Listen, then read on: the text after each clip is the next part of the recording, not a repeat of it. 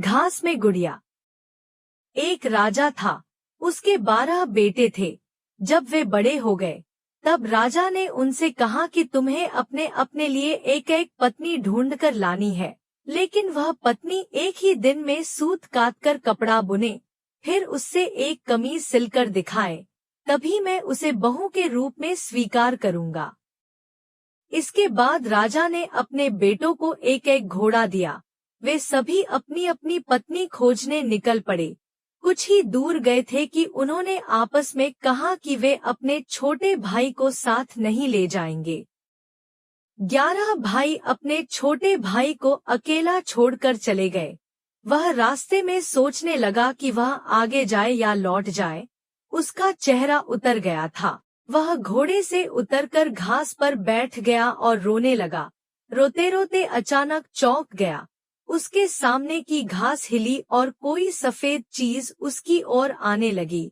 जब वह चीज राजकुमार के पास आई तो उसे एक नन्ही सी लड़की दिखाई दी।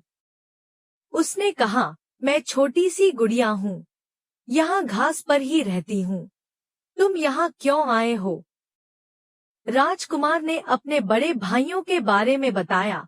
उसने अपने पिता की शर्त के बारे में भी बताया। फिर उसने गुड़िया से पूछा, क्या तुम एक दिन में सूत काटकर कपड़ा बुनकर एक कमीज सिल सकती हो?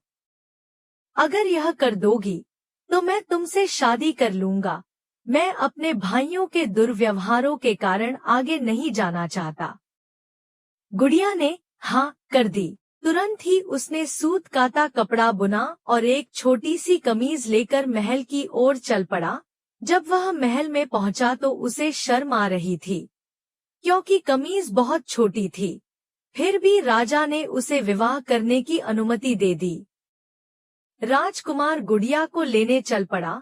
जब वह घास पर बैठी गुड़िया के पास पहुंचा तो उसने गुड़िया से घोड़े पर बैठने को कहा। गुड़िया ने कहा, मैं तो अपने 2 चूहों के पीछे चांदी की चम्मच बांधकर उसमें बैठकर जाऊंगी। राजकुमार ने उसका कहना मान लिया। राजकुमार घोड़े पर सवार हो गया। गुड़िया चूहों के पीछे बंधी चांदी की चम्मच पर सवार हो गई।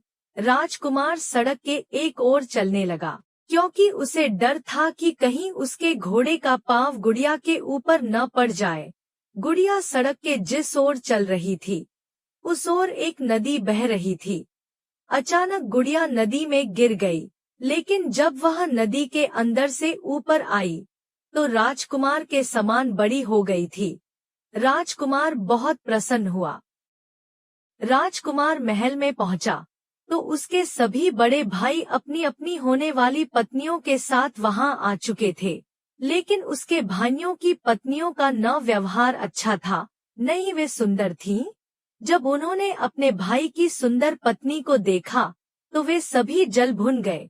राजा को पता चला कि बड़े पुत्रों ने छोटे राजकुमार के साथ दुर्व्यवहार किया है, तो उसने बड़े बेटों की खूब निंदा की। फिर छोटे बेटे को गद्दी सौंप दी। छोटे राजकुमार का विवाह गुड़िया के साथ धूमधाम से हुआ। अब छोटा राजकुमार राजा था और गुड़िया रानी, दोनों सुख से रहने लगे।